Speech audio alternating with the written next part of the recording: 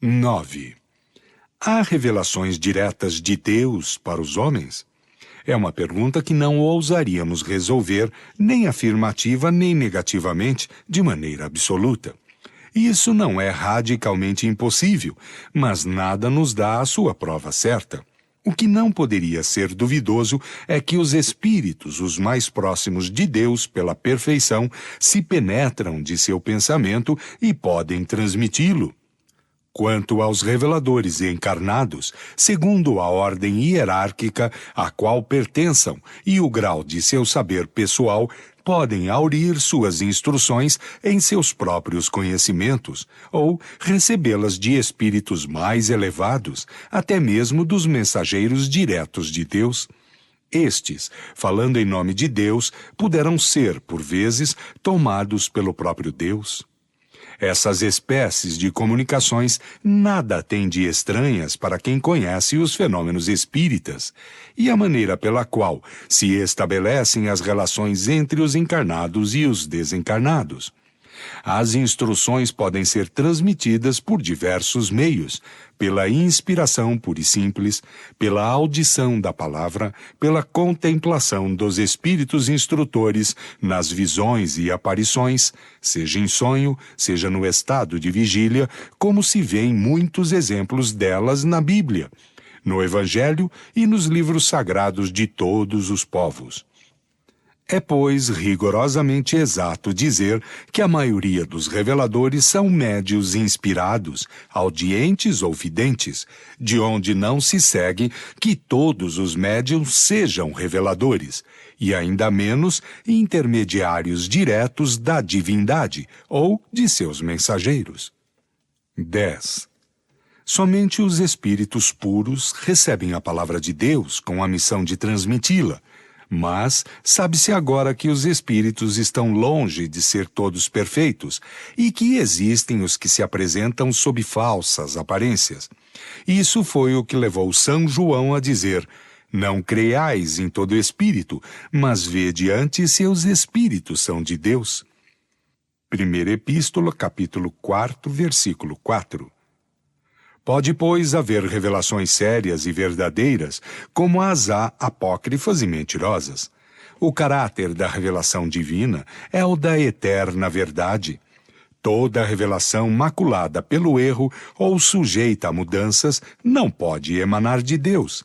Assim é que a lei do Decálogo tem todos os caracteres de sua origem, ao passo que as outras leis mosaicas, essencialmente transitórias, frequentemente em contradição com a lei do Sinai, são a obra pessoal e política do legislador hebreu. Os costumes do povo se abrandando, suas leis por si mesmas caíram em desuso, enquanto que o Decálogo permaneceu em pé como o farol da humanidade. O Cristo fez dele a base do seu edifício, ao passo que aboliu as outras leis. Se elas fossem obras de Deus, guardar-se-ia de tocá-las. O Cristo e Moisés foram os dois grandes reveladores que mudaram a face do mundo, e aí está a prova da sua missão divina. Uma obra puramente humana não teria tal poder. 11. Uma importante revelação se cumpre na época atual, a que nos mostra a possibilidade de comunicação com os seres do mundo espiritual. Esse conhecimento não é novo, sem dúvida, mas permaneceu até os nossos dias, de certa forma, no estado de letra morta, quer dizer, sem proveito para a humanidade. A ignorância das leis que regem essas relações as havia sufocado sob a superstição. O homem era incapaz de delas tirar alguma dedução salutar. Estava reservado à nossa época desembaraçá-la de seus acessórios ridículos, compreender-lhe a importância e dela fazer sair a luz que deverá iluminar a rota do futuro. 12. O Espiritismo, dando-nos a conhecer o mundo invisível que nos envolve e no meio do qual vivemos sem disso desconfiarmos, as leis que o regem, suas relações com o mundo visível, a natureza e o estado dos seres que o habitam e, em consequência, o destino do homem depois da morte é uma verdadeira revelação na acepção científica da palavra. 13. Por sua natureza, a revelação espírita tem duplo caráter. Resulta ao mesmo tempo da revelação divina e da revelação científica. Resulta da primeira no sentido de que seu advento foi providencial, e não o resultado da iniciativa e de um desejo premeditado do homem, que os pontos fundamentais da doutrina são o fato do ensinamento dado pelos Espíritos encarregados por Deus para esclarecerem os homens sobre as coisas que ignoravam, que não poderiam aprender por si mesmos e que lhes convinha conhecer. Hoje, que estão amadurecidos para compreendê-las. Resulta da segunda no sentido de que esse ensinamento não é privilégio de nenhum indivíduo, mas é dado a todo mundo pelo mesmo meio, que aqueles que os transmitem e os que os recebem não são seres passivos, dispensados do trabalho de observação e de pesquisa, que não renunciam ao seu juízo e ao seu livre-arbítrio, que o controle não lhes é proibido, mas ao contrário, recomendado. Enfim, que a doutrina não foi ditada completa nem imposta crença cega, que é deduzida pelo trabalho do homem da observação dos fatos que os espíritos colocam sob seus olhos e das instruções que lhe dão, instruções que ele estuda, comenta, compara e das quais ele mesmo tira as consequências e aplicações. Em uma palavra, o que caracteriza a revelação espírita é que sua fonte é divina, que a iniciativa pertence aos espíritos e que a elaboração resulta do trabalho do homem. 14. Como meio de elaboração, o Espiritismo procede exatamente do mesmo modo que as ciências positivas, quer dizer, aplica um método experimental. Fatos de uma ordem nova se apresentam e não podem se explicar pelas leis conhecidas.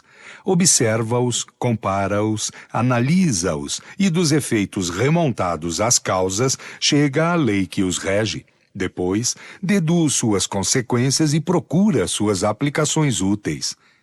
Não estabelece nenhuma teoria pré-concebida. Assim, não colocou como hipótese nem a existência e intervenção dos espíritos, nem o perispírito, nem a reencarnação, nem nenhum dos princípios da doutrina. Concluiu da existência dos espíritos quando essa existência se deduziu, com evidência, da observação dos fatos, e assim os outros princípios. Não foram os fatos que vieram confirmar a teoria, mas a teoria que veio, subsequentemente, explicar e resumir os fatos. É, pois, rigorosamente exato dizer que o Espiritismo é uma ciência de observação e não o produto da imaginação.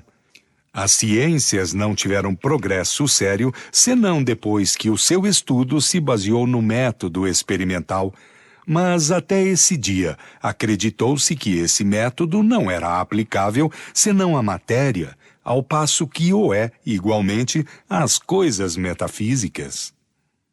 15. Citemos um exemplo. Passa-se no mundo dos espíritos um fato muito singular, e que seguramente ninguém teria suspeitado que é o dos espíritos que não se creem mortos. Pois bem, os espíritos superiores que o conhecem perfeitamente não vieram dizer por antecipação, aspas, a espíritos que creem ainda viver a vida terrestre, que conservaram os seus gostos, seus hábitos e seus instintos, fecha aspas. Mas provocaram a manifestação de espíritos dessa categoria para nos fazer observá-los. Tendo, pois, visto espíritos incertos do seu estado, ou afirmando que estavam ainda neste mundo, e crendo aplicarem-se às suas ocupações ordinárias, do exemplo concluiu-se a regra. A multiplicidade dos fatos análogos provou que não era uma exceção, mas uma das fases da vida espírita. Ela permitiu estudar todas as variedades e as causas dessa singular ilusão.